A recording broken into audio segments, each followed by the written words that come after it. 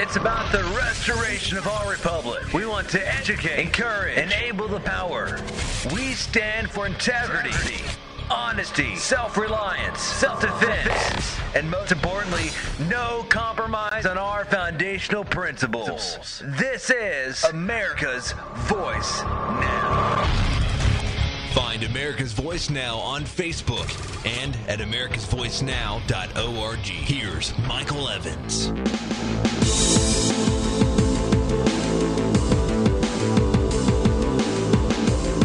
Good morning, America. You're listening to America's Voice Now. My name is Michael Evans. I'll be your host this morning. It's nice to be with you folks on a day after Christmas. Kind of fell in the middle of the week there, a little unusual, but here we are nonetheless. Before we go into our weekend, and we'll have today and tomorrow to review some issues, we're going to cover a couple of different topics this morning, including how Obamacare can't get his ID approved to sign up for the Obamacare program.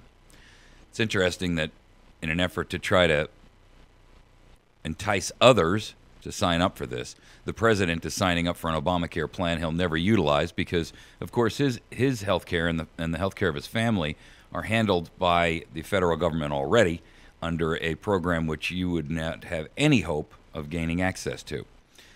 They're treated by the best doctors at the best medical facilities in the world, and of course you get whatever the dregs are that are left behind for Medicare and Medicaid and so forth and so on. However, the real problem is that he can't get his ID approved. And the concern with that, of course, is that the real reason he can't get himself approved is because he doesn't have any level of credibility in terms of his personal identification. Why, you ask? Well, we know a number of things. First of all, his birth certificate is a fraud. I've seen the information and the way it was built and designed personally. I've told you that before. Working with Photoshop on a day in and day out basis, it's as plain as the nose on your face for anyone who works with that application to see exactly how it works and how they created a birth certificate for him. Secondarily, he's using someone else's Social Security number. It's been out for quite some time now that the Social Security number he has does not belong to him. It wasn't issued to him. And when no one really knows how he got it, nor will he explain, nor will, frankly, anyone in government explain why he's using a Social Security number that does not belong to him, that's been recycled from someone else who's now dead. Thirdly, he signed up as a foreign exchange student when he first received taxpayer funding to go to university here in the United States. Any questions left? Our second topic is going to be the TPP, the Trans-Pacific Partnership, and the TTIP. These are two treaties that are wending their way to us right now. They've been negotiated in secret for the last 4 or 5 years. No one in Congress has been allowed to see them. No one knows the real true extent of what they are. We've only seen 2 chapters out of 26, which have been essentially leaked by WikiLeaks and some other groups. The Congress people who have been able to request any portion of it have only been allowed to see limited access to the 2 chapters that we're talking about. And yet, they're going to have to vote on it sometime maybe before the end of this year or immediately going into 2014, which is only, 4 or 5 days away now. The truth of the matter is, what we do know about both of these treaties, the TPP and the TTIP, is that both of these treaties accomplish one thing. They will ravage our nation of our resources. They will destroy even more the job market that we already have that's basically in collapse. And they will steal our sovereignty from the United States of America. They will offer foreign nations capabilities and advantages and benefits that we don't give our own nation, our own employers, our own manufacturers. And it will subject the United States of America to foreign courts and tribunals that will actually bear and carry a greater weight than our own courts. How insane is that? Our third topic, federal workers were given over the Christmas weekend, an executive order pay raise. Now, the problem, of course, with that is that, well, heck, it's just another executive order, just another example of treason. Meanwhile, our military has their retirement benefits cut, which they were promised, and that was the reason, in large part, that many of them stayed on.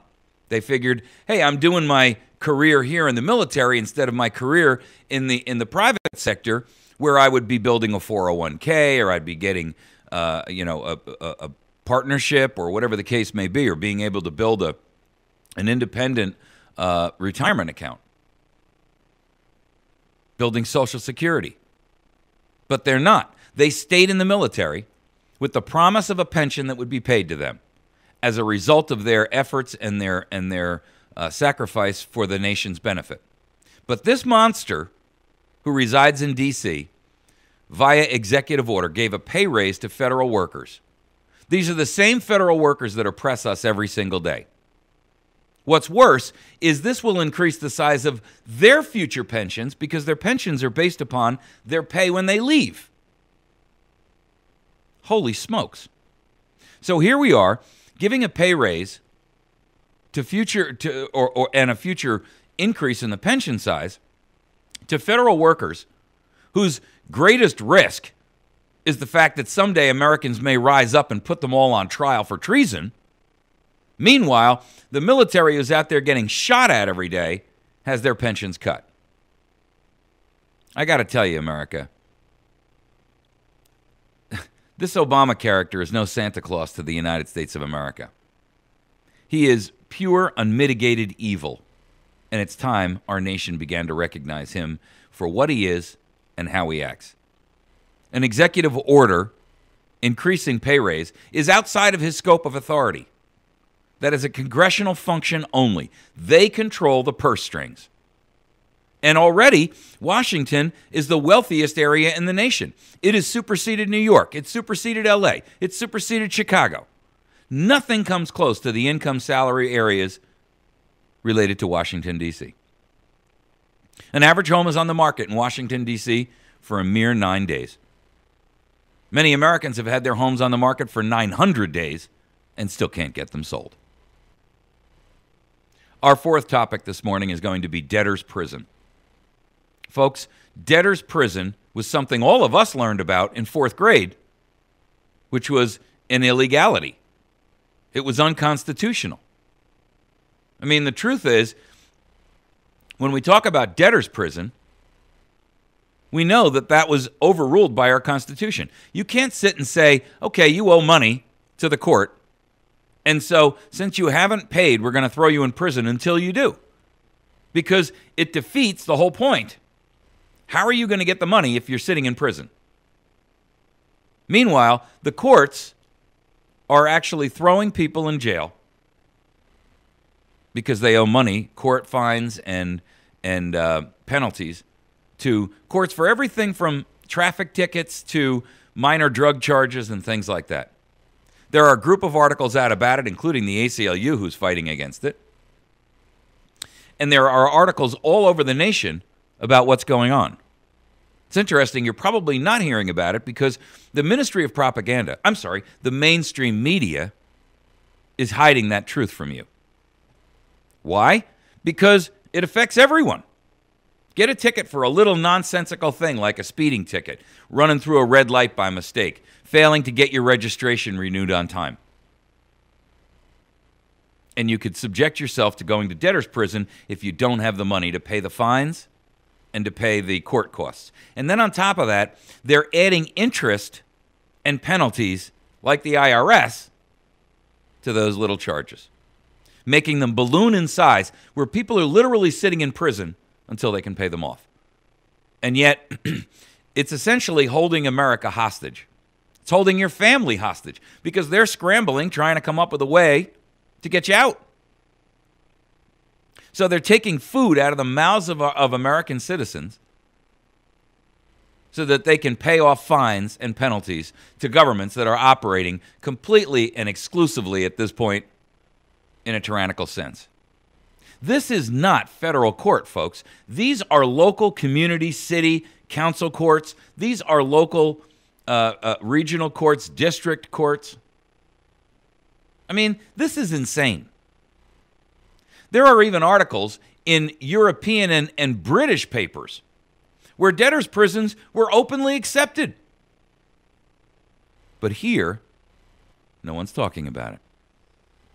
No one but the alternative media. And the reason for that is because the Ministry of Propaganda doesn't dare talk about it.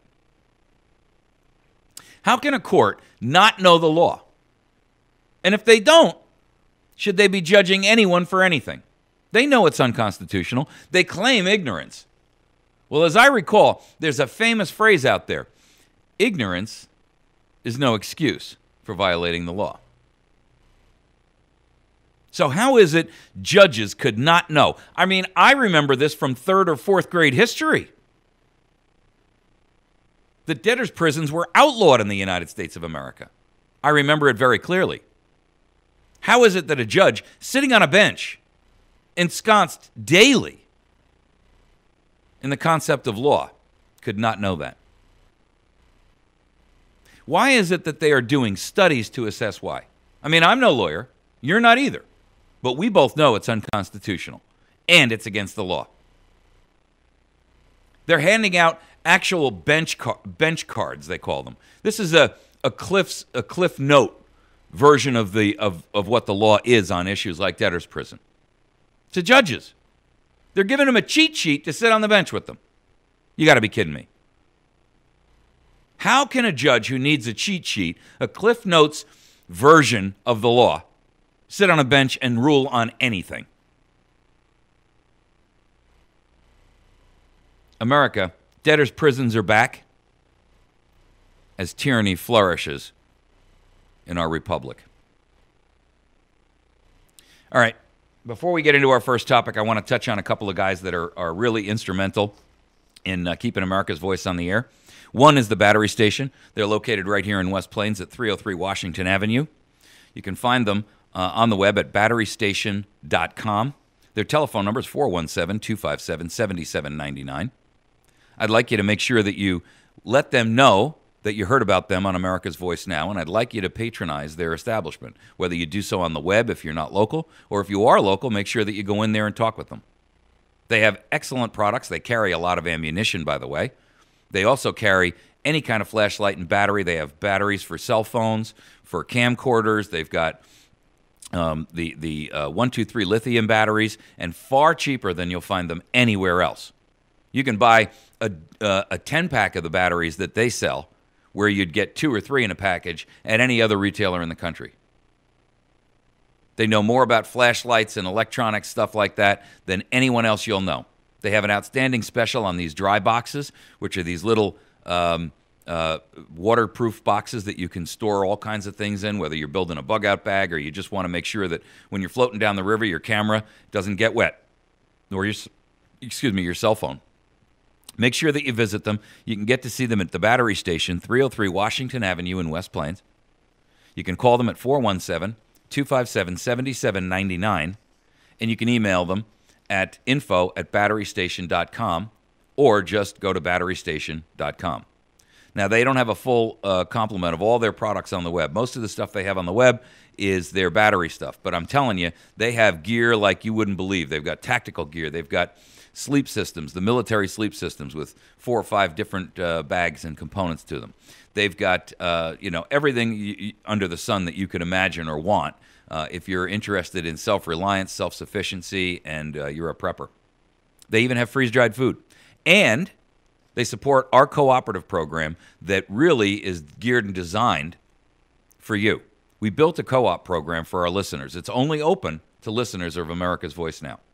You can get down there and ask for the co-op catalog, and you can order bulk food in like 50-pound bags, 25-pound bags, oatmeal and grains and rice and things like that, wheat, sugar, salt, the basics. None of it's frozen. This is all dried goods. and you can order that stuff at wholesale prices. So make sure that when you get down there, you say, hey, Mike from America's Voice sent me. I'd like to see the co-op catalog. They'll hand you a booklet, and you'll be able to go ahead and get the ball rolling. You will not be disappointed. I've had listeners who have told me that they saved up to 50% on their food bill by buying in bulk like this and then comparing it against what it would have cost them to do so at a retail establishment. The other group I'd like you to be aware of is the Wits End Classic Barbershop right on the square in West Plains. Now, Jason is a young fella. He's a friend of mine. He's a real patriotic American. He cuts my hair, by the way, and while I got a face made for radio rather than television, he does a great job. They also have right behind their barbershop, there is the Patriot Tobacconist Shop. Now, in there, they've got cigars and pipes and any kind of accessory or accoutrement you could look for. If you're looking for a late Christmas gift, they have humidors and flasks and all kinds of things related to either cigars or smoking or that kind of thing. They have lounge in there where you can go in and have a cigar and watch a program or sit down with a friend and just have a nice chat. It's a great place to go. I would encourage you to visit there. It's called the Patriot Cigar Tobacconist Shop. It's right behind the barbershop, so go in through the barbershop door and just go straight through the door into the back tobacco shop in the back. All right, we're going to take our first story here, and that is, again, Obamacare can't get approved, or Obama can't get approved for Obamacare. Now, it's interesting. The only group that is talking about this is Fox News out there, but even they're not really covering the issue because they're talking about the fact that Obama can't get approved. He went to sign up and enroll in Obamacare, and they said that, well, he can't do it because they have to do it in a different way because he's the president of the United States and blah, blah, blah, blah, blah. Well, Ed Henry from Fox News says somebody who's not waiting in line to enroll is the president of the United States. We learned today from the White House, initially they said he signed up for what they call the Bronze Plan, paying about $400 a month in premiums. But then they came back to us and said, well, wait, he didn't actually enroll. They said his staff did it, and that's because of his unique circumstance. As commander-in-chief, his personal information is not in various government databases. So healthcare.gov could not actually verify his identity. So he had to do it in person this weekend. So he was signing up in the D.C. exchange, but his staff had to do it for him. Now, that's interesting because the real truth is, those of us who have been following this president, we know that the real reason that he cannot sign up and that his identification is not in the system is not that, he pays taxes like everyone else. He's in the IRS database. He's in the Department of Homeland Security's database. And he should be in the Social Security database because before he became president and even before he became a senator, he still had some income that he had to pay into Social Security from, even when he was an attorney with Acorn. So how is it that his stuff isn't in the database? I don't buy it. Not to mention the fact that I've seen the birth certificate he doesn't have, but manufactured out of thin air, electronically. I saw the evidence that was promoted and pushed by the group that works under Joe Arpaio, their special investigations team. I was at a presentation where they showed us on a screen exactly how that birth certificate was manufactured.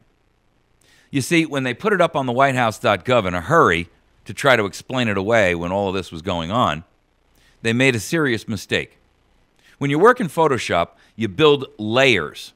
And so you take the initial document and you can layer an image on top of that, and then another image on top of that, and then another image on top of that. When you're all done, before you publish the image, you're supposed to do what's called flattening it, which means that it takes away all the layers and the image can no longer be edited. Whoever did his birth certificate was so sloppy about it, they actually never flattened the image. And they posted it up in a way that when it was downloaded, the layers were still available for removal. And anyone who's ever worked with Photoshop understands exactly how it works. You can simply take these layers and you can move them around the page. I saw the empirical evidence for myself, ladies and gentlemen, and I work with Photoshop every single day. And I'm telling you that the job that they did, listen, the quality of the job they did, and I'm no professional graphic artist, but the job that they did was done very, very poorly. And they mixed and matched a conglomeration of different pieces of other birth certificates, including the doctor's signatures and so. I mean, you could see him lift the doctor's signature and move it around the page. It was clearly evident how it was done. So he doesn't have a legitimate birth certificate. He's using a Social Security number that belongs to someone else. He has a birth certificate a Social Security number that belongs to someone in Connecticut who is dead. How did he obtain that? Where did he obtain it? I mean, he didn't live in Connecticut or in the Massachusetts area or in the Northeast area until he went to university there.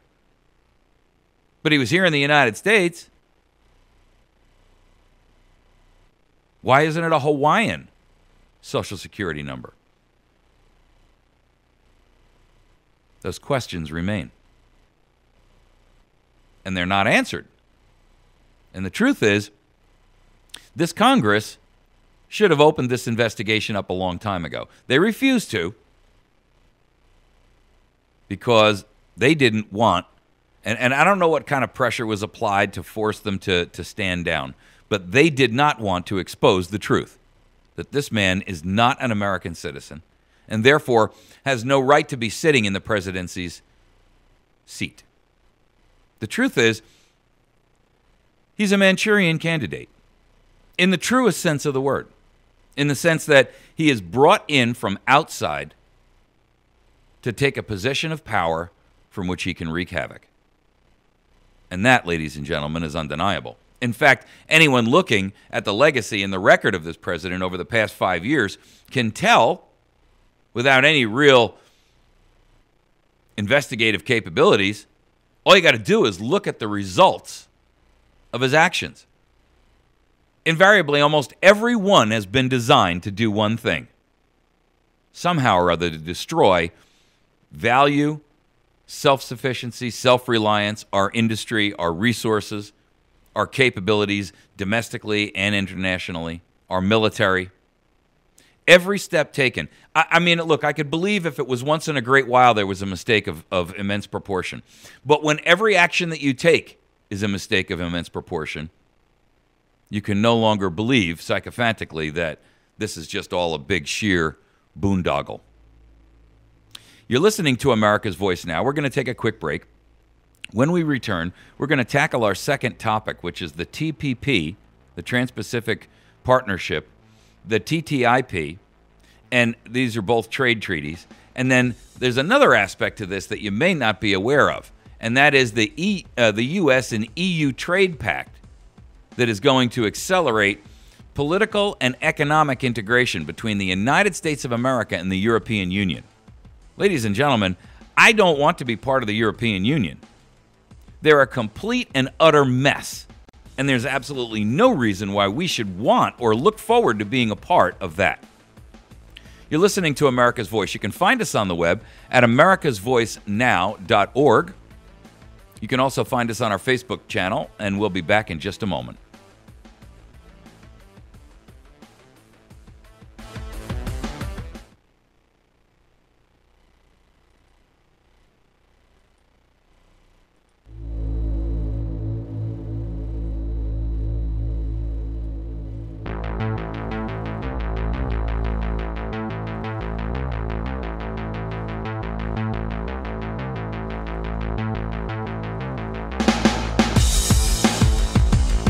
All right. We return. See, those commercials really aren't very painful. You just got to ride through them for a second or two. You know the best part about radio? It doesn't cost a dime. Not a penny. Radio's best feature is its independence, its autonomy. It's autonomy from the Ministry of Propaganda, because radio stations are owned by independent patriots around the country.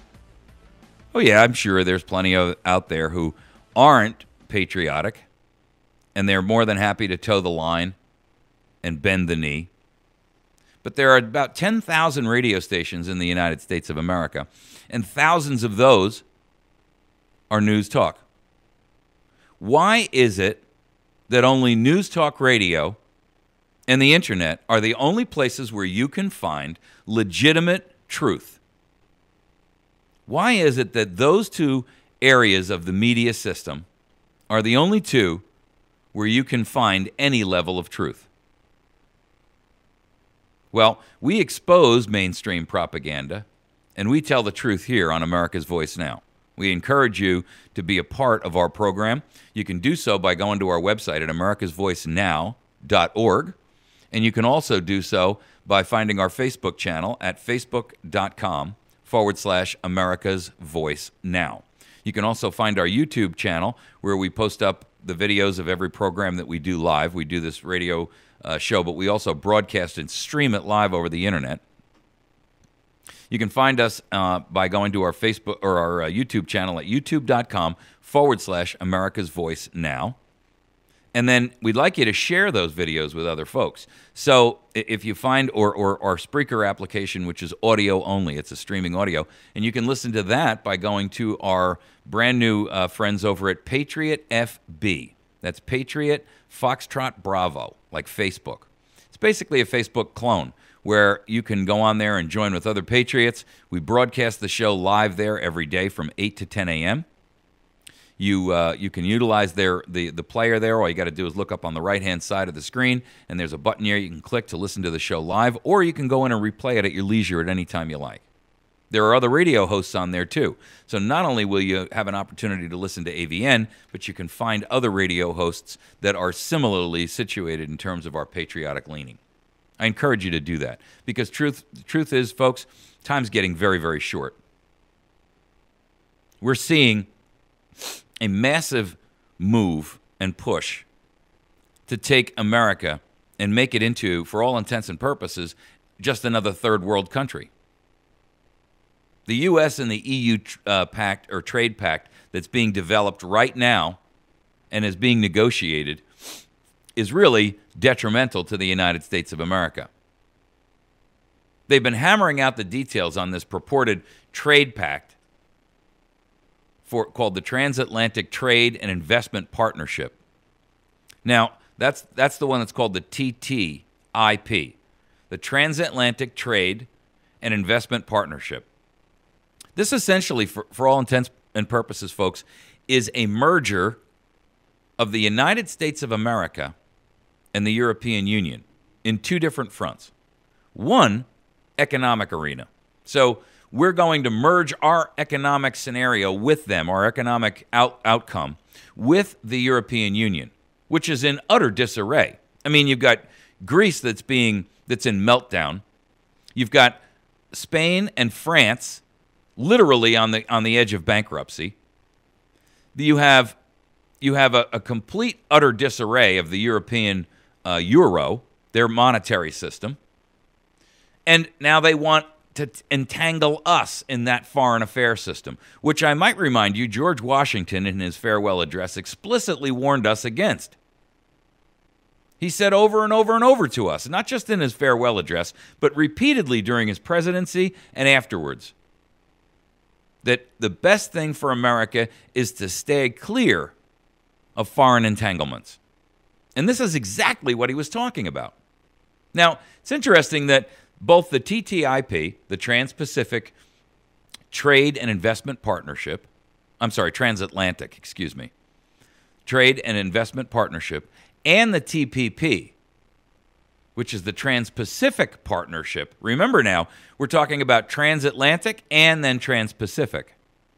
And both of these are theft of the United States of America's sovereignty. Both of these will place the United States on trade issues and political issues, including national sovereignty issues and including our Constitution and our Bill of Rights, under international tribunals. These are people that, for all intents and purposes, have no place in the United States American political scene, in the economic scene. We will be subverting our Constitution and putting it in the hands of tribunal members. These are unelected bureaucrats. These are people who actually hate the United States. And we're going to allow our nation to be subjected to rules and regulations imposed on us by them? We're going to allow our Constitution to be subverted? Really? You see, this is exclusively a domain of the Obama administration. These negotiations have been ongoing over the past 5 years from his date of inauguration. They didn't start in Bush's date, so you can't throw out there, oh, this is a Bush game. And listen, if you've been listening to me for any length of time, you know that I'm no friend of the Bush administration. The guy was a tyrant, and he was a domestic terrorist. And there's no difference between him and Barack Obama. The truth is, the only difference between them is in the name of the party they represent. But both parties have one goal in mind: your oppression and your subjugation, the stripping of your personal resources, the enslavement of you. Mark my words, folks. You think this is not coming into some sort of a fascist delivery system. I'm telling you that it is. In fact,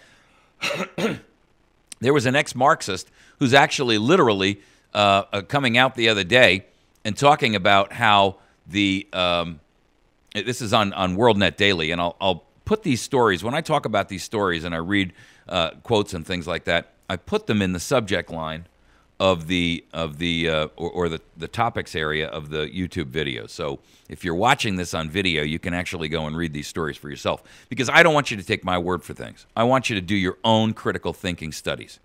I want you to go out there and educate yourself and know what's going on, and then formulate your own opinion based on your determinations. It's not good if you just recite and parrot what I say. I want you to have your own understanding of these things.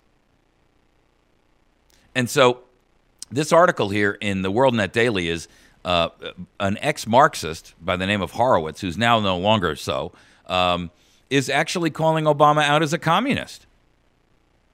This is on WorldNet Daily, or WND.com. And he's actually calling for, his name is David Horowitz. He is indicating that the real goal here of Obamacare is to migrate this into a single-payer system, exactly like they have in where? Canada and the EU, and notably England or the UK. The truth is, meanwhile, while they're talking about a trans-Pacific partnership and a transatlantic partnership, they've also been working on, and this has been going on for decades, and did include George Bush, and it included Bill and Hillary Clinton, and it included Bush Sr., the North American Alliance. That is a merger between the United States of America, Canada to our north, and Mexico to our south. Folks, if you're not aware of what these monsters are plotting for you, you're really not in a position to, one, complain about what's happening, two, take any responsive action, and three, you're not in a position to help us and yourselves.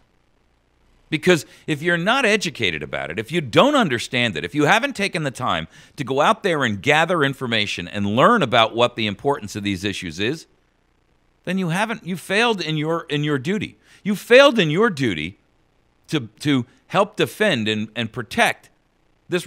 Let me tell you something. You may not have taken an oath if you've never served in the military or any other area of government service, but I have to tell you something. You did take the oath. You know why? Because you took the oath based on the fact that you're breathing, that you are living here in this republic, that you benefit from the rule of law, that you benefit from the constitutional privileges and freedoms that are guaranteed to you by that piece of paper, that were given to you by your Creator. You profit from that. You benefit from that.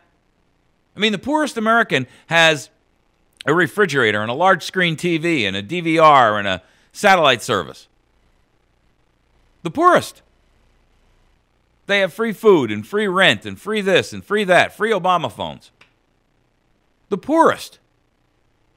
I mean, realistically, you have accepted the benefits that come along with being a member of this republic, a citizen in this country. And therefore, you have an obligation, whether you choose to respect it and honor it or not. You have an obligation to defend and protect this republic against all enemies, foreign and domestic. And if you're not doing so, then you have abdicated your responsibility to yourself, your family, your community, and ultimately your nation.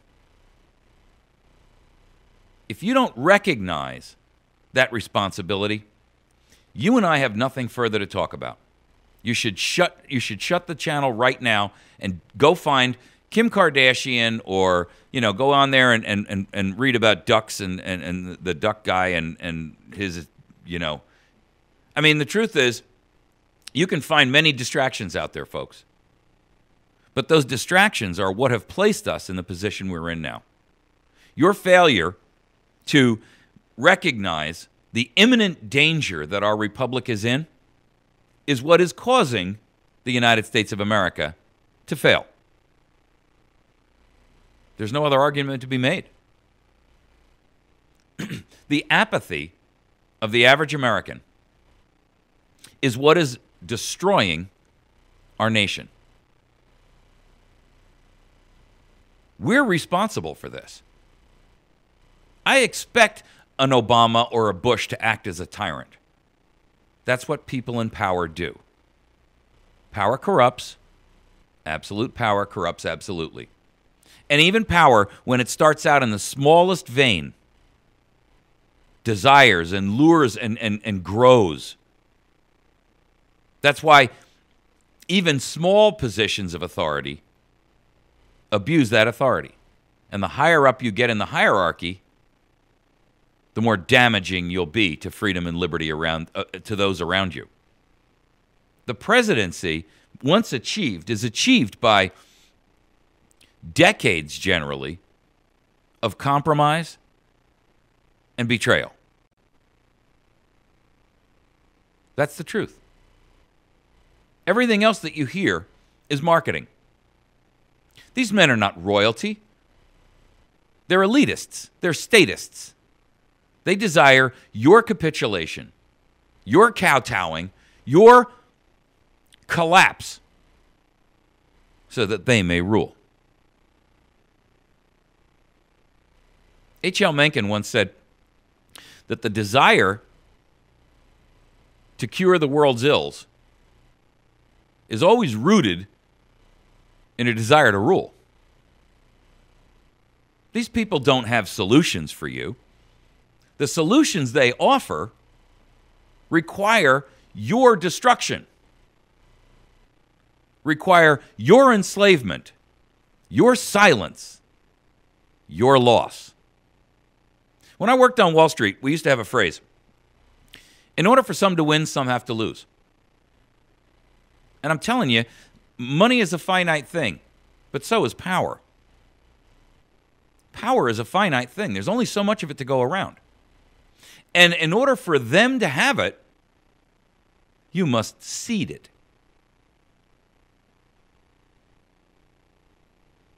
Now we're talking about, excuse me, we're talking about giving authority and power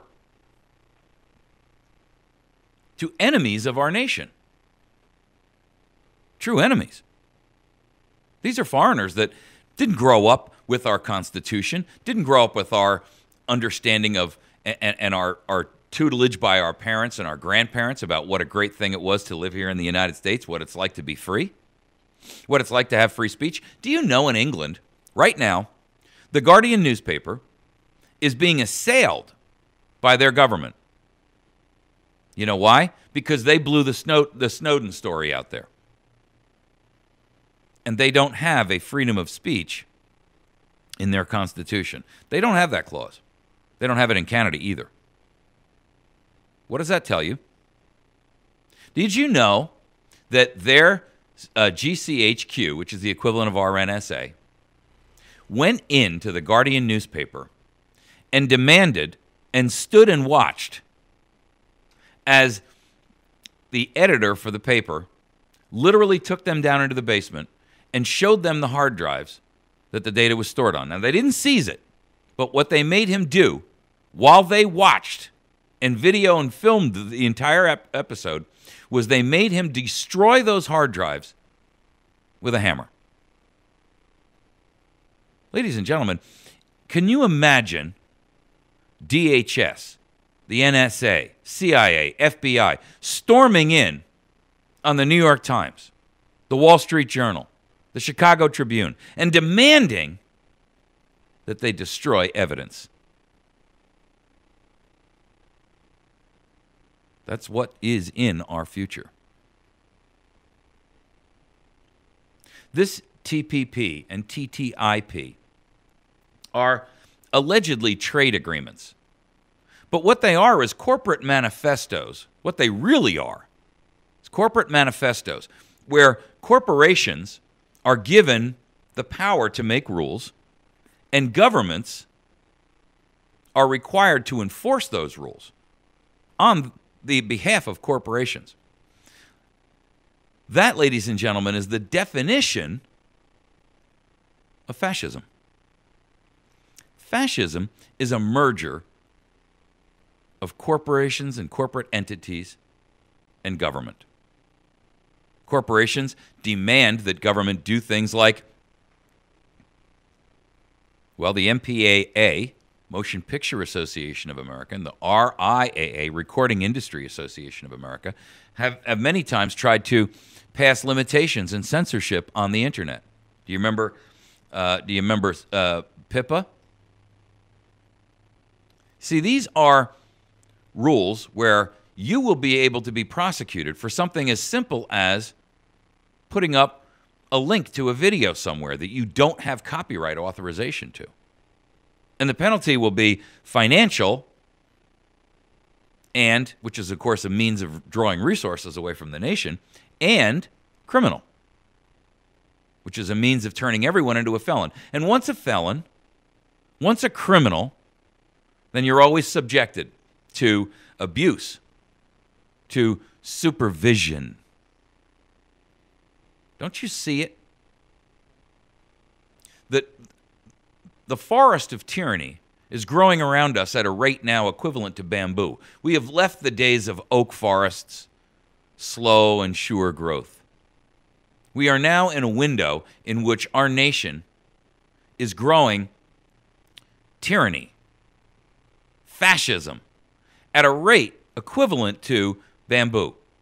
Literally a foot a day. You can watch bamboo grow. Physically watch it. That's where we are. Any argument to the contrary is a lie and a cover. You don't have to take my word for it. Any intelligent, articulate adult who will look around them cannot deny it. Put an article up on our Facebook this morning about how another city got an MRAP. These are the military vehicles that are being dispersed throughout our nation to local police departments, small counties, small city departments. You think this stuff is making it into the way of our civilian police forces for the benefit of serving drug warrants? That's what they claim is. That's what they claim. Well, we're going to use it for warrant service. With all due respect, getting an MRAP to serve warrants is equivalent to buying a tractor trailer to do your family's grocery shopping once a week. I mean, it's massive overkill. Any citizen who believes this kind of regurgitated lie is a fool. This is all about control. It's all about intimidation. It's all about gearing up for a massive war against American citizens by their federal, their state, and even their local governments.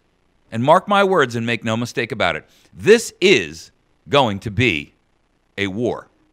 And it's going to be a war of really, truly cataclysmic proportion.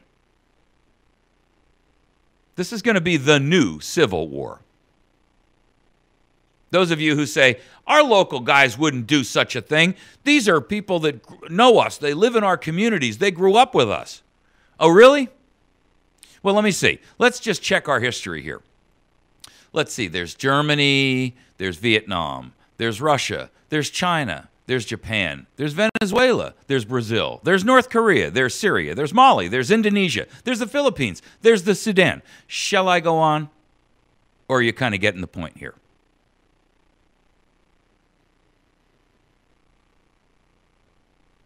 The truth is, we are descending into tyranny.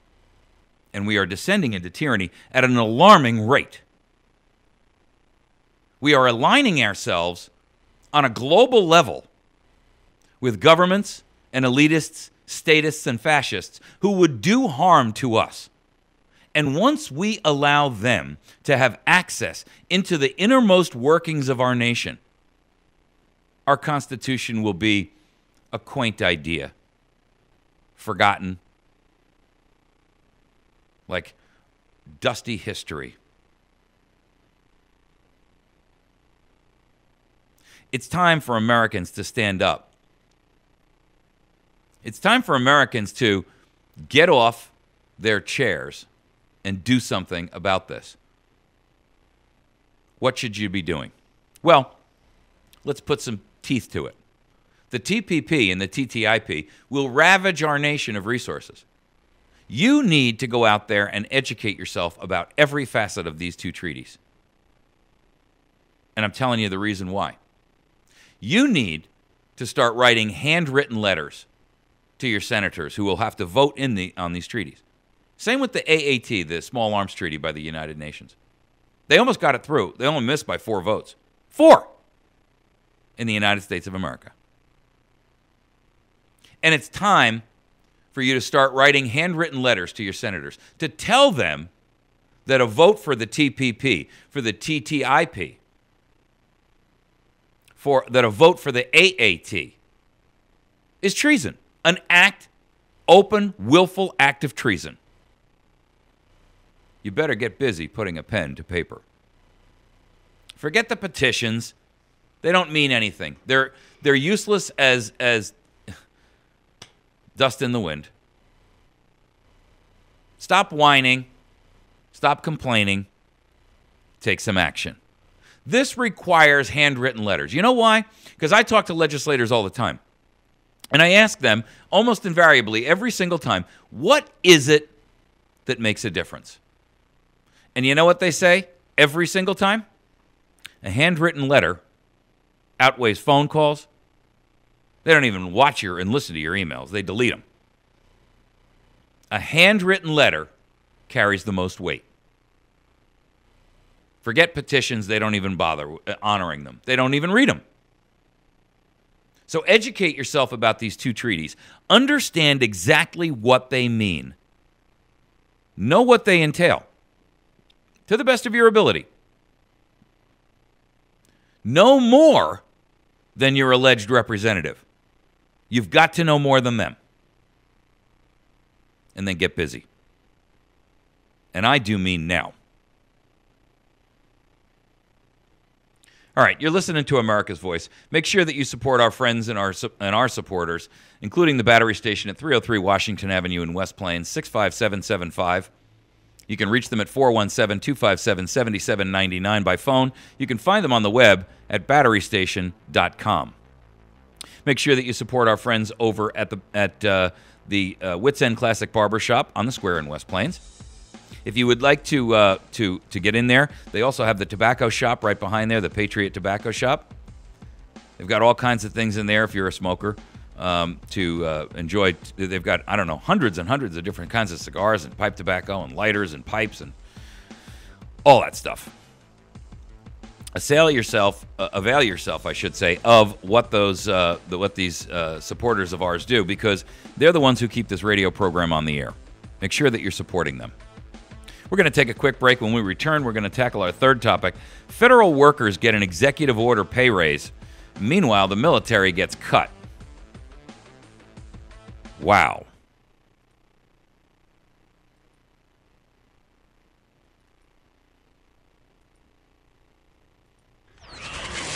It's about the restoration of our republic. We want to educate, encourage, enable the power.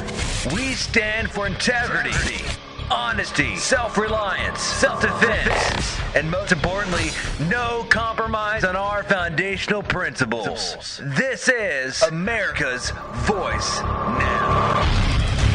Find America's Voice Now on Facebook and at americasvoicenow.org. Here's Michael Evans.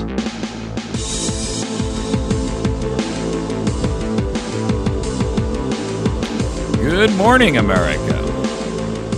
You're listening to America's Voice Now. We're in the third of our four segments this morning. Today is the 26th of December, the day after Christmas. You know, we're talking this morning about some of the abuses that are going on in our national government and our local and state governments. Those of you who say to me, well, this is only happening on a national level, are blind to the truth. This isn't happening on a national level. This is happening on a state level. It's happening on a county level. It's happening on a city level. It's happening on a local police department and sheriff department level. It's happening in every industry that you communicate and touch. Everywhere.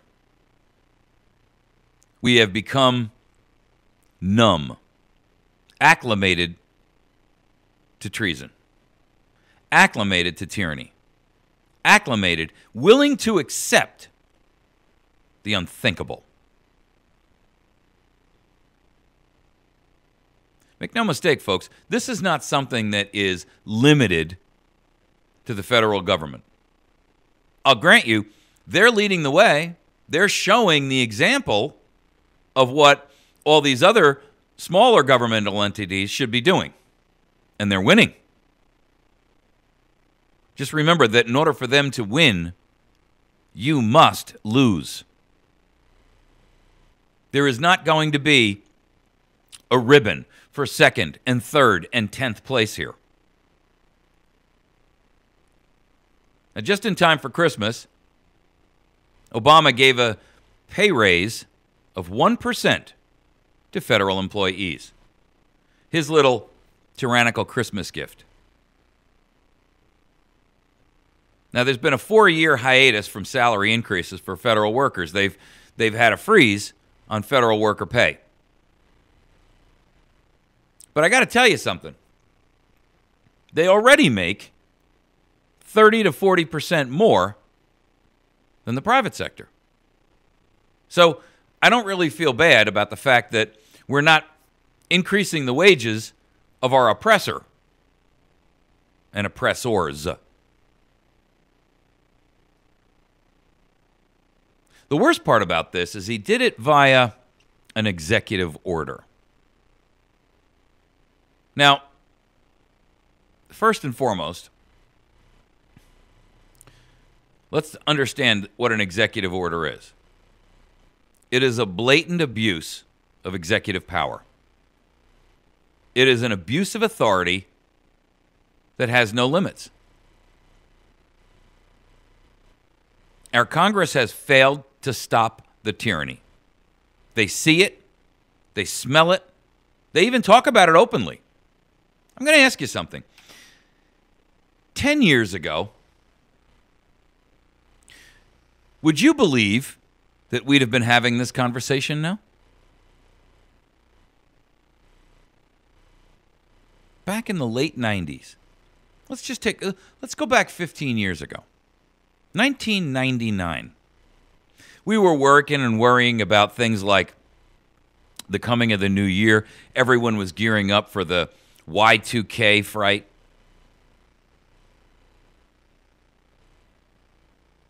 We weren't worried about government tyranny. We were worried about a computer bug. We thought we were working hand in hand with government. We thought that they were supporting us, supporting industry and businesses to make sure that our computer systems wouldn't go blank. Yes, there were problems. Yes, we felt the press and the pressure. But we weren't talking about a government that was operating in open tyranny.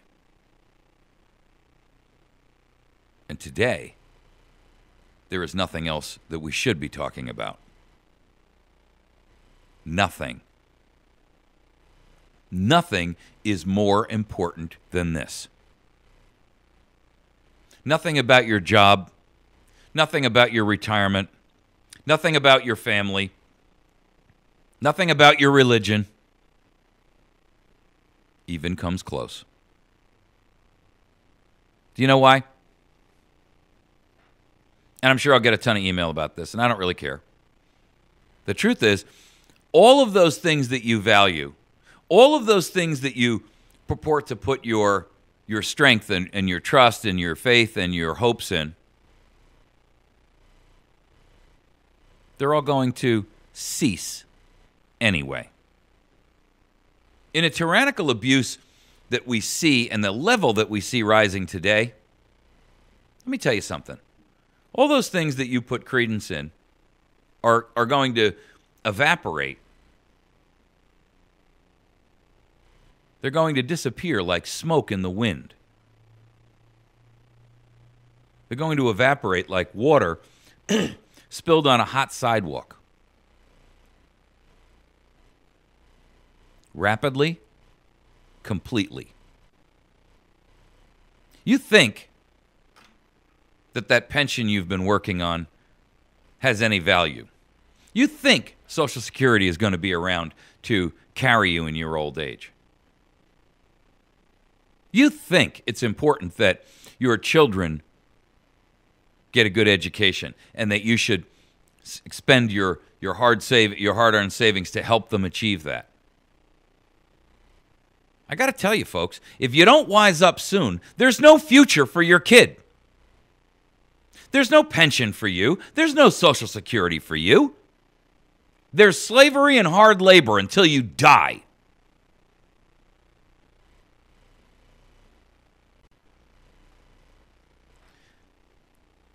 People will say, well, wait a second. That's too harsh. This is America. I don't care.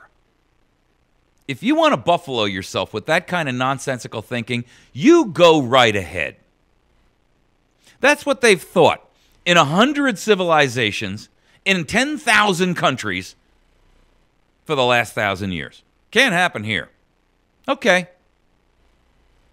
Look at them now. Not a single one stands. Not a single one stands representing the benefit of the individuals who make up those societies. Not a one. Even ours. The last pillar of hope. The last pillar of strength. The one pillar that holds up the roof of liberty over the entire planet is fast reaching the point of collapse. Our economy is in a shambles. We've ceded our sovereignty as a nation. We allow this dictator to run rampant and destroy all that we have built, all that we have known, all we've hoped in, dreamt of. And still you sit and say, well, it's not that bad. It's going to get better. Folks, it's not going to get any better. It's not going to get any better until it gets far worse. And I'm telling you right now that if you allow this to get to the point where it reaches the climax of where their plan is for you, my goodness. The devastation of this will be complete.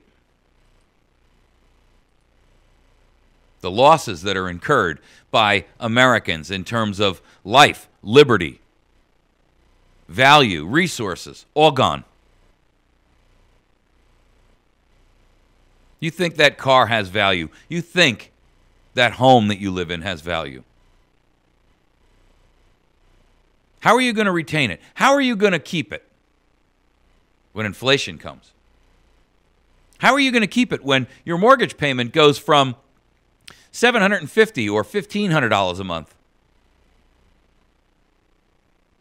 to $4,500 to $10,000 a month?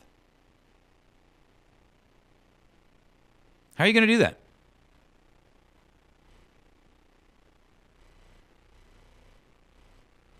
See, the time has come, people, for us to stop whining. We can't sit and ponder, well, who's going to do something? It's us. We've got a president operating in open rebellion, open abuse, open tyranny. And your Congress has completely failed. Your courts, the other bulwark against overbearing power, they're useless. They support it. They encourage it. They make it legal. Really? You believe that the final arbiters of justice in our nation are a group of people sitting behind a bench? Or worse yet, a group of ticks that live on the blood of the taxpayers of Americans? Really?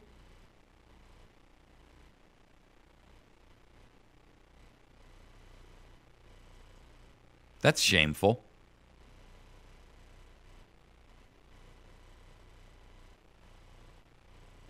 The truth is, we've reached the culmination point. Who's going to stop the tyranny? Who's going to end the treasonous actions on the part of our state and our federal governments? Who's that going to be? Who's going to stop this president from passing executive orders? He's already passed enough of them, and if you don't believe me, go out and do your own homework and research. Identify what executive orders this president has passed. Look at them. 100% control of all manufacturing, all telecommunications, all land resources, all farming, all food resources, all stored resources and facilities, all telecommunications, all military, or all civilian law enforcement, all real estate, all property, in the event of what? A national emergency that he can declare. Folks, can you ask for a better setup for totalitarian rule than that? I think if you don't see it, it's because you willfully desire not to.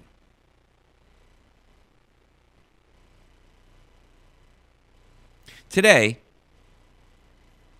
you should be setting up a New Year's resolution, thinking about it. And it shouldn't be, to drop 20 pounds or to fit into your skinny jeans. It shouldn't be to quit smoking or begin to run a little bit. It shouldn't be to do a better job at work. It shouldn't be to earn a little bit more income or maybe even find a job. I mean, those things are all worthwhile, but they pale in comparison to the losses which you're about to see. The losses that you're about to see far exceed anything that you can even imagine. The losses that are about to become de rigueur, standard operating procedure, the rule of the day. My goodness.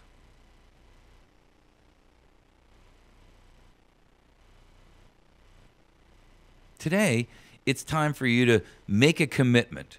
And I want you to think and spend a couple of days, because you've got that between now and the 1st. Putting some serious thought to, what is it that I can do that will make a difference in this battle? What is it that I can do? Because I'm an American patriot. I'm not some sideline sitter.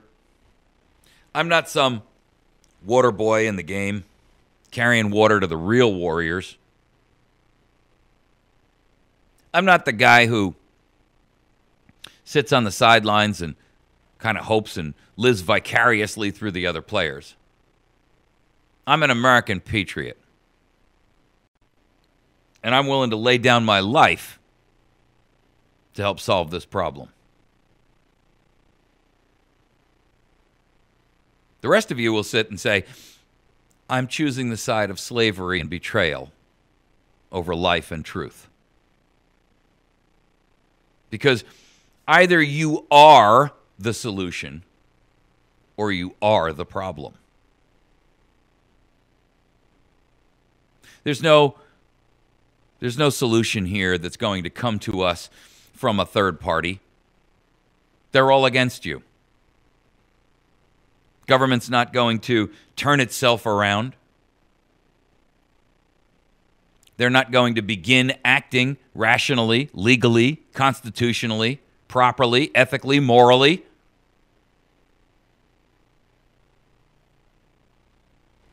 The day of the vacillation and the, oh my goodness, what are we going to do? I'm just wringing my hands here and I'm so afraid and I don't know what to do. In 2014, ladies and gentlemen, that must end. That must end because, again, either you are the solution or you are the problem.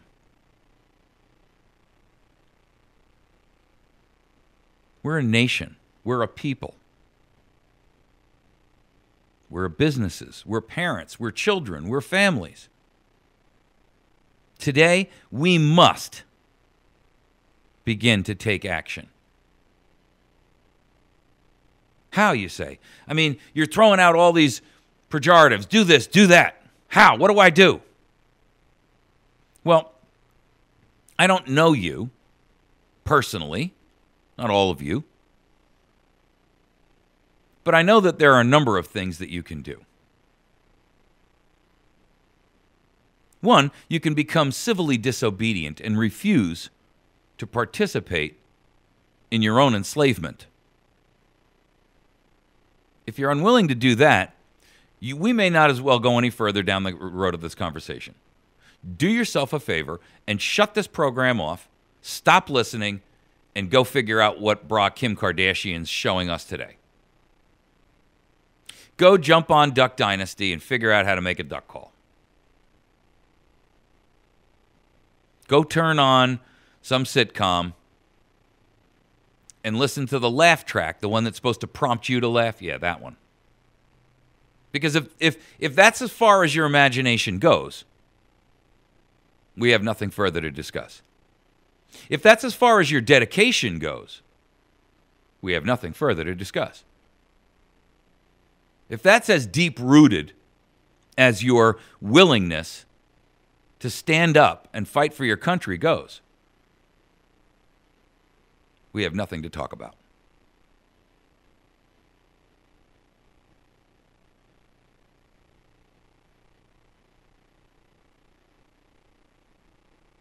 We do need individuals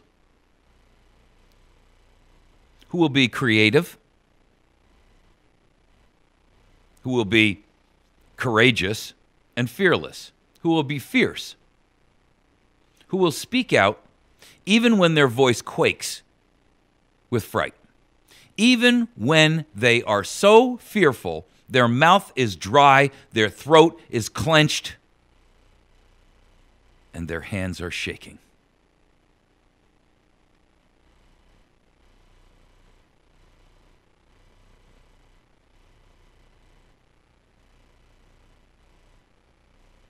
You should be prepared for trouble, hunger, cold, fear, discomfort. But most importantly, you should be prepared for us to be successful. We can restore this nation to the rule of law. We can put this nation back on a path where we are in control, where we're not subjugating ourselves willingly into slavery.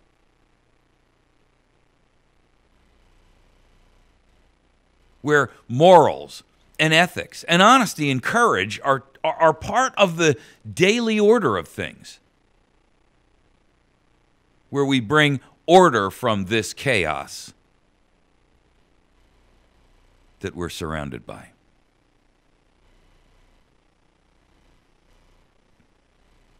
We've reached the end of a very, very long road.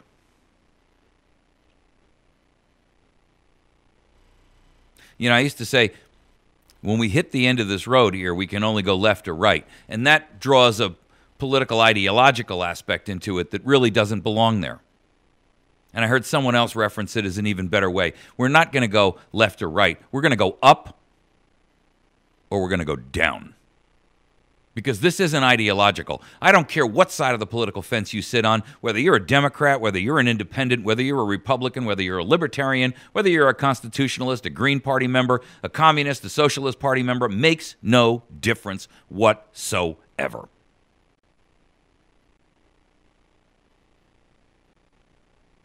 Because at the end of the day, those who assist this tyranny will have to live under it also. So it doesn't really matter what color of party you espouse.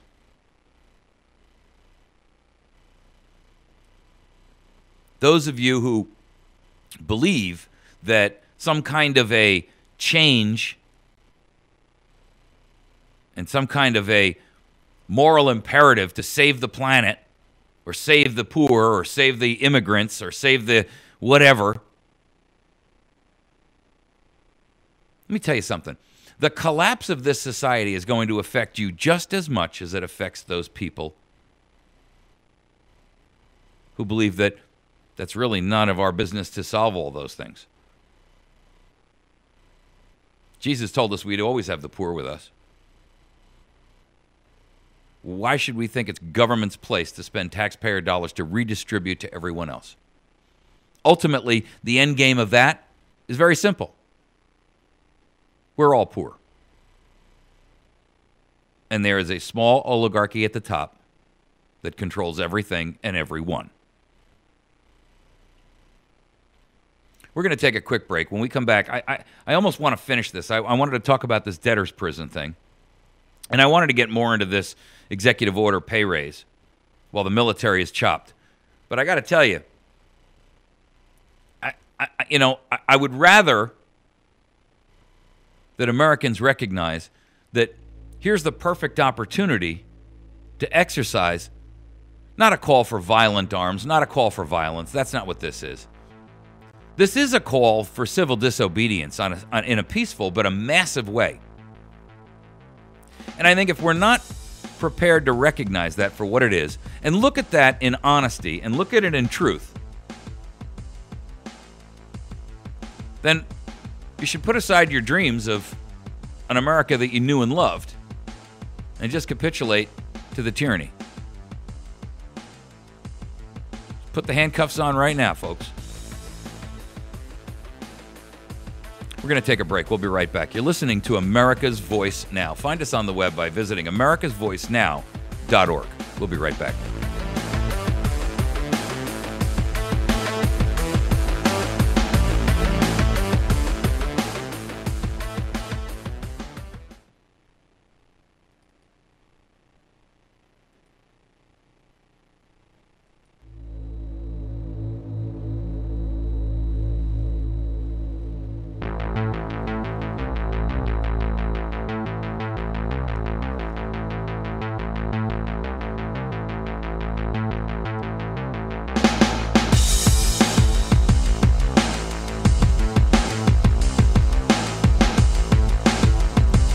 All right. This is our fourth and final segment for today. And I was going to break this section out called Debtors' Prisons. They're back, and as tyranny flourishes. But, the truth is that they're just emblematic. They're symptomatic of the disease that is pervading our society, our nature, our lives, our nation. I mean, debtors' prisons are an age-old concept. They owe, so you lock them up. But the truth is, folks, it's such a small piece of all of the puzzle pieces that are out there that make up the picture that should be apparent to everyone right now, right here.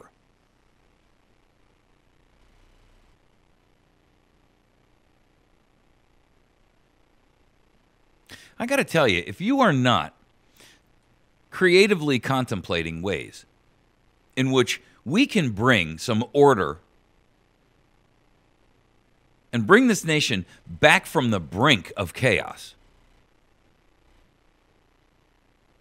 then I don't understand you.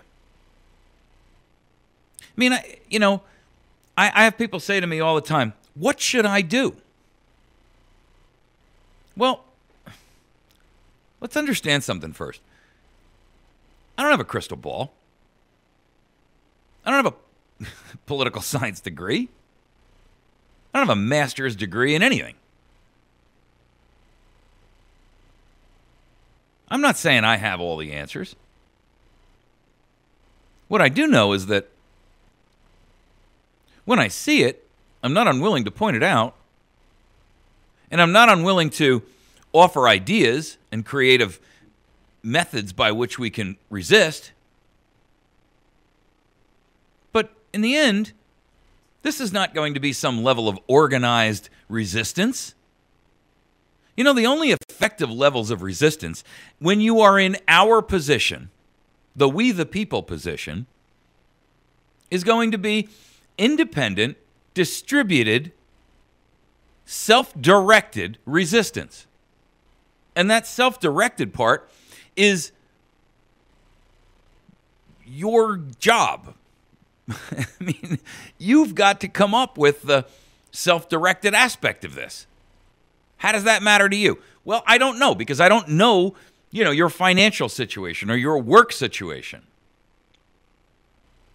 I know that when we fund this through our tax dollars, we're actually feeding our worst enemy. We're feeding the beast. I know that every one of us can make a difference and an impact that way. You can stop spending money, which starves them of sales tax. And it starves them of, let me tell you something, every dollar that moves through the economy, the government and the Fed scrape a piece off the top. Every transaction. That's why your money is worthless. Because that money, by the time it's gone around and around and around and around, has no value. You can stop buying things, especially unnecessary things, because that generates sales tax. So don't buy a new car this year. Live with the one you have, or buy a used one. One where no sales tax is required. That funds your state. Your state funds the federal government. Poop rolls downhill. If you're an employee, you can raise the total number of deductions that you place on your forms so that you are not giving an interest-free loan to your enemy. What good is that going to do, man? That's just a drop in a bucket. I know that. But when 150 million Americans are giving the government a $2,000 to $5,000 a year tax-free or interest-free loan, they're living on the float of your money. And they're using your resources to penalize and oppress and subjugate you. You can pretend that little bit doesn't matter, but it does.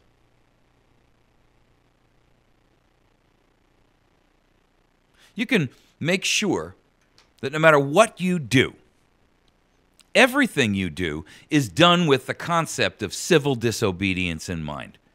Anything and everything that you do should be geared towards breaking the back of the beast that is about to swallow you whole.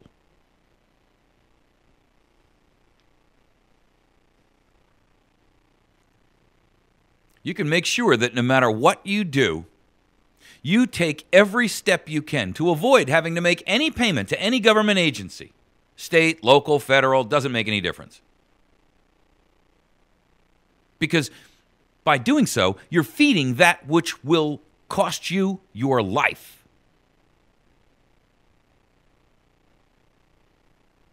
Who feeds their own destructor willingly?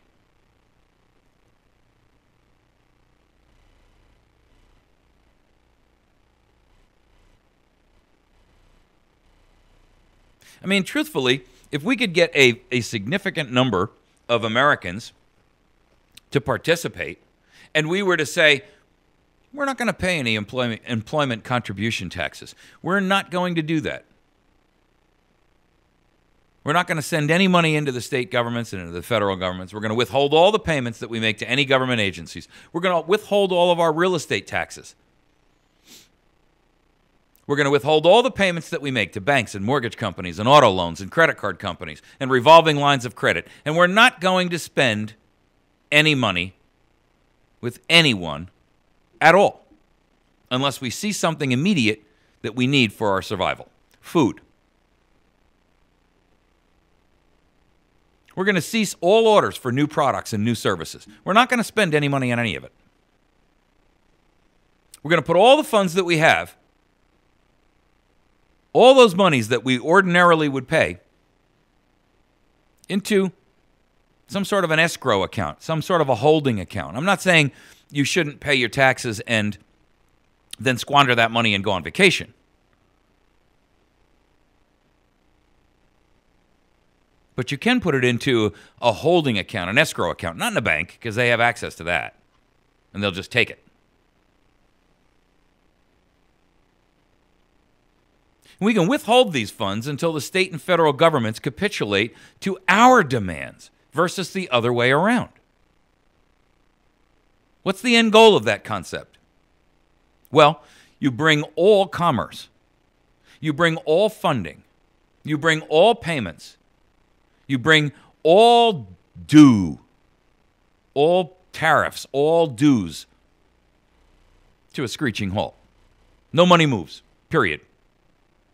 And no money moves, no product moves. Now, I get it. This would take literally 20 million working families, not just individuals.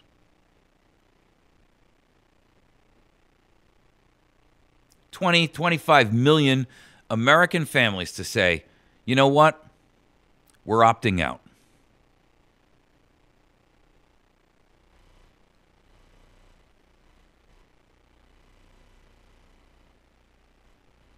How realistic a goal is this? Well, at first glance, I agree with you. It's a tall order. And I also agree with you that most Americans don't have the courage of their convictions to do this. And then I would submit to you that that's exactly the problem.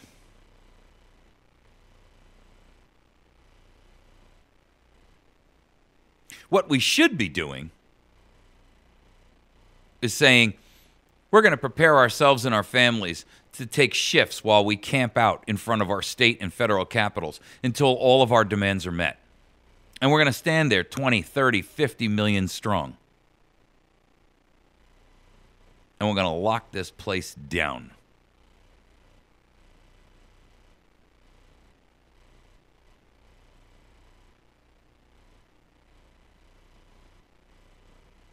What we should be doing is making sure we have the resources to take care of ourselves for an interim period while we are simultaneously working with organizations that are not Republican and Democrat.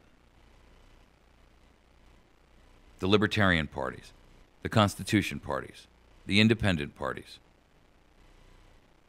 the Tea parties, to say, We need the resources to be able to put some national scope ads out there in every major newspaper in the country, on every television program that will allow us to run them. And if they won't allow us to run them on there, then we should have them out on every website that is alternative media in the country. That we should be blasting this from every radio station we can get our hands on. Blasting what, you ask? Well, how about a simple line? Seeking qualified candidates.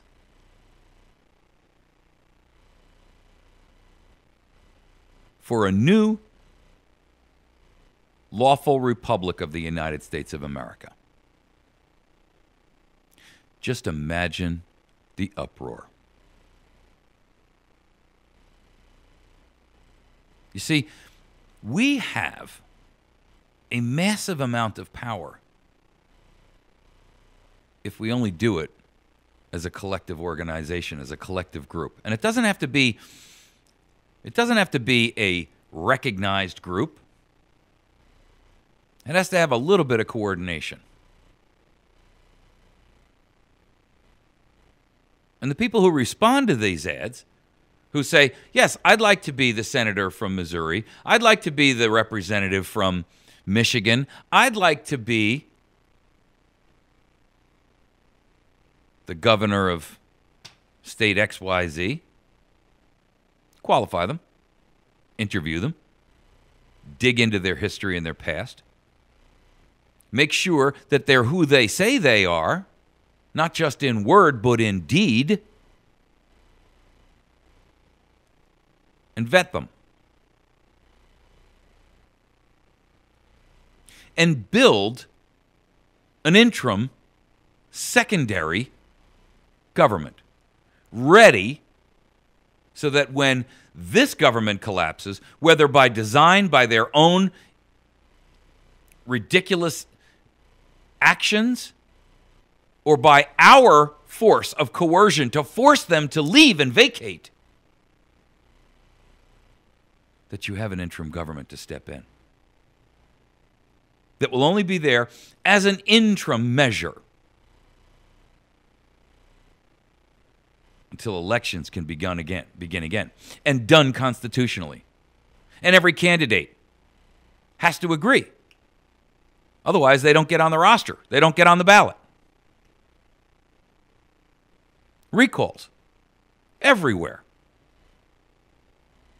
If you have a representative who does not represent you, it is inexcusable that your state representatives and your state senators and your federal senators and your federal representatives cannot be recalled.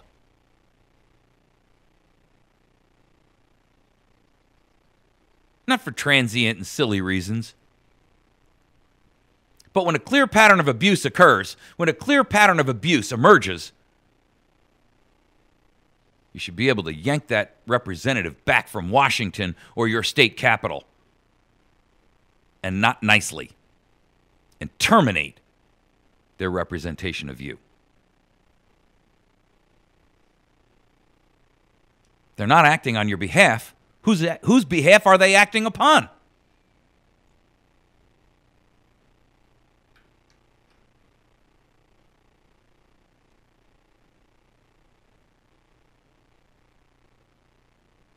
You know, there are a lot of solutions I hear out there. We're talking about Article 5 and the Convention of the States. No, not a constitutional convention. Just a convention to review a series and a group of pre-authorized and pre-designed constitutional amendments. The whole Constitution's not open for a rewrite. Anybody who thinks that, you better not talk to me about it and promote that in front of me, because I'm telling you right now, we're going to slug it out. This Constitution is not open for massive revision.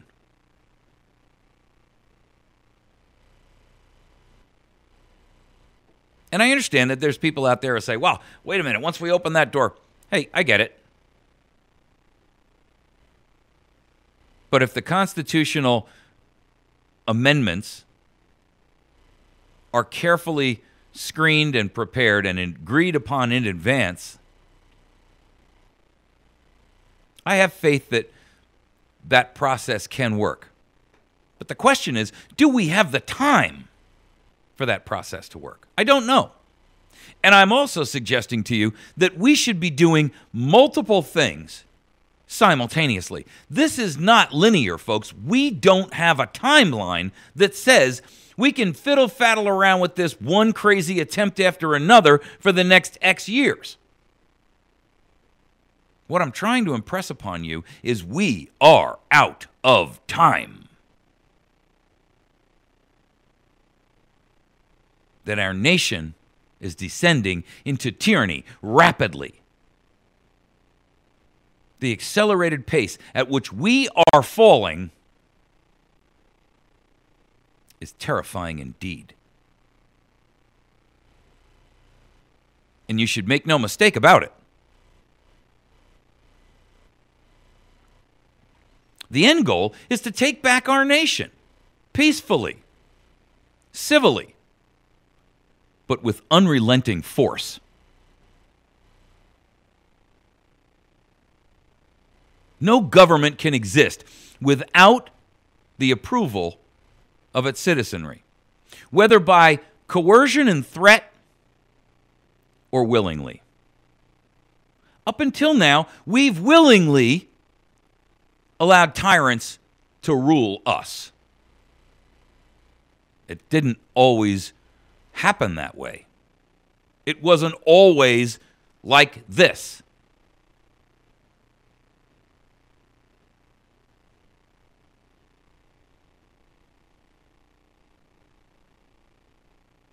We've given our Congress the ability to sanction the most tyrannical abuses of all of us. I mean, we've got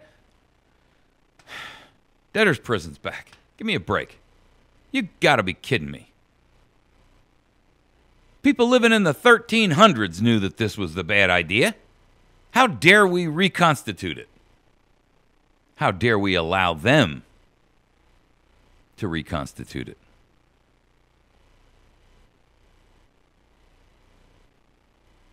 We have agencies that, are so abusive of everything that America stands for.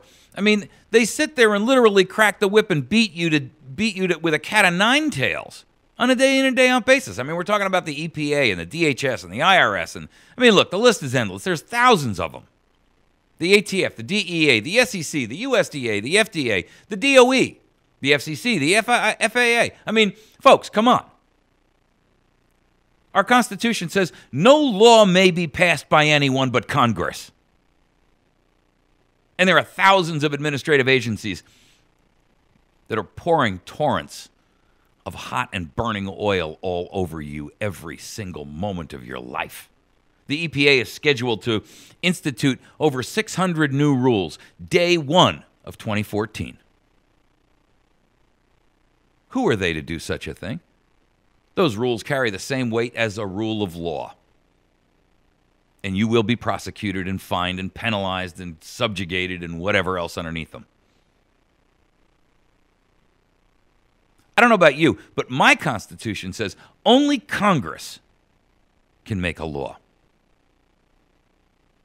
And nowhere does it say we have delegated to Congress the ability to create some other entity, some sub-entity beneath them that can pass laws who are unaccountable to either Congress or us. So how do you fight this? Civilly, disobediently refuse to abide by all of it.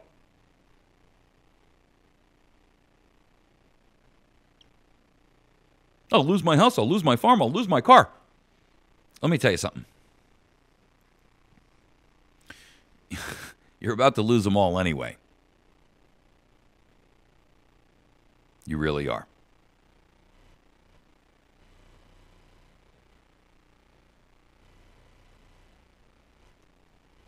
When debtors' prisons are reinstituted in the United States of America, folks, you gotta be kidding me.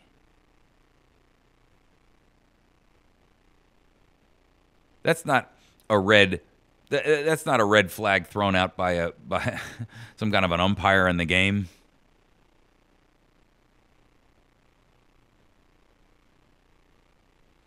That's you ever see the guy in a football game and he throws the little hacky sack out with a rag tied around it?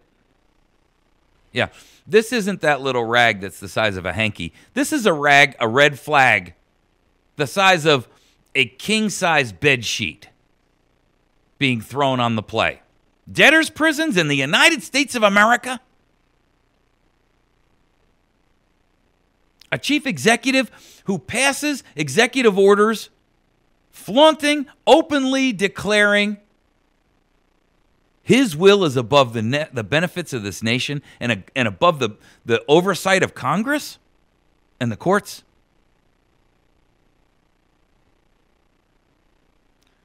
Recognizing and negotiating treaties that are against the best interests of America and hiding the contents of those from Congress, who then must approve of them, will be handed these documents and said, vote on it. No, don't read it, just vote.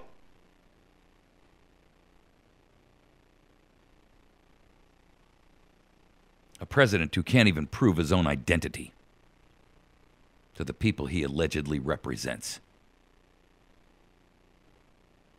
Ladies and gentlemen, does that sound like the America that you know?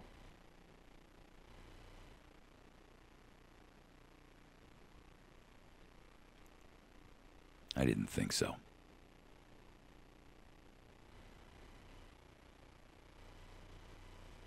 I can only tell you this.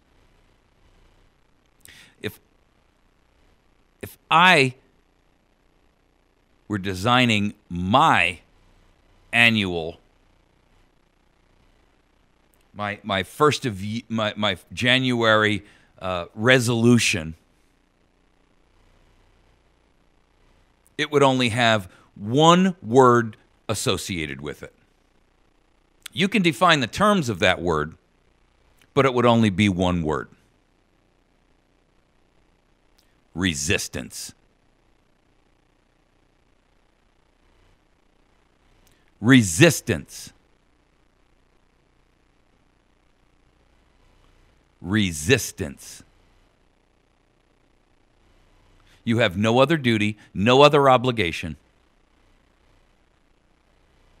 You have nothing else to look forward to.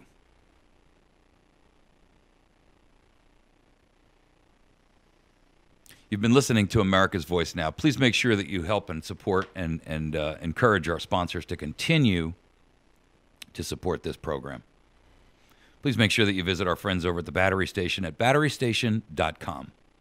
You can call them at 417-257-7799. You can get a lot of the necessities that you would normally need for resistance there. They're located at 303 Washington Avenue in West Plains at 65775. Make sure that you call them and ask them what you can do to help them out with their annual Christmas troop drive. They send a ton of products and services over to our troops over in Afghanistan. These are the guys who are on the front line. Even though I don't necessarily agree with our stance in Afghanistan, these guys went over there to do the dirty work. Make sure that you also visit with our friends over at Wits End Classic Barbershop, right on the square in West Plains. $10 for a haircut, folks. You can't beat that. He even does straight razor shaves. Behind there, you've got, right behind the barbershop, in the same building, just go into the barbershop and go straight through the back door, you've got the tobacco shop, the Patriot Tobacco Shop. Go on in there if you'd like to meet some other folks that are interested in the same things you are. You can obtain pipes and tobacco and cigars and any kind of accessory or accoutrement there. All right, we're going to wrap for the day. Please find us at americasvoicenow.org on the web, facebook.com/America's Voice Now, and youtube.com/America's Voice Now. Jump on patriotfb.com. That's patriotfacebook.com. Make sure, patriotfb.com. Make sure that you are supporting that program as well. You can catch our show live there every day. Have a great day.